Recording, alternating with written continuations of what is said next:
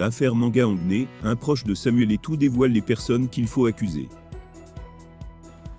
Le nom de Samuel Eto'o cité comme celui qui doit porter le chapeau de l'affaire de condamnation de la FECAFOOT par le TASS, dans le cadre de l'affaire Manga Anguenay, Armand Moutagde fait une publication dans laquelle il donne les noms des personnes qui ont créé le problème.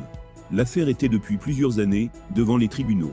Manga Anguenay, nommé en 2010 et viré de son poste par Seydou Mbombo Djoya en 2019, n'a pas perçu ses salaires depuis de nombreuses années. Après de nombreuses relances, n'a eu d'autre choix que de se pourvoir en justice. Le tribunal arbitral du sport, TASS, a enfin tranché.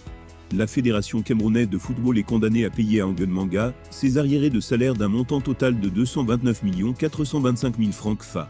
Les frais d'arbitrage, à déterminer et à signifier aux parties par le greffe du TASS, seront supportés à raison de 2/3 par la Fédération camerounaise de football et d'1/3 par Jean Anguenay Manga, écrit le TASS dans sa décision.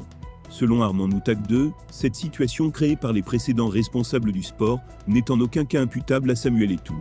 Dans une publication, il donne la liste des personnes qui ont créé la situation.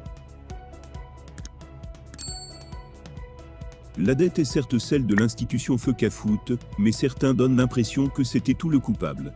Je voudrais juste apporter cette précision. L'icône du football camerounais Manga Anguenay a été nommé DTN en 2010 par Michel Zoa, alors ministre des Sports de l'époque. 9 ans après, en 2019, il sera viré définitivement de son poste par Seydou Mbombo Djoya. Si cette dette est réelle, sur qui repose-t-elle? Sur l'exécutif actuel que dirige notre icône nationale depuis le 11 décembre 2021, écrit Armand Moutagde.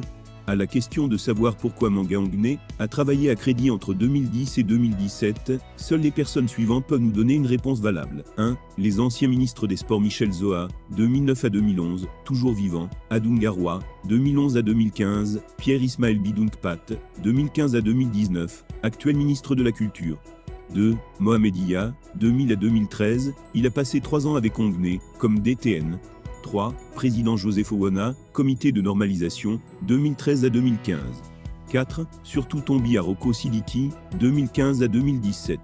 5. Et peut-être celui qui l'a définitivement remplacé par Serge Noah, Njim Mbombo Djoya Seydou, 2018 à 2021, 4 ans.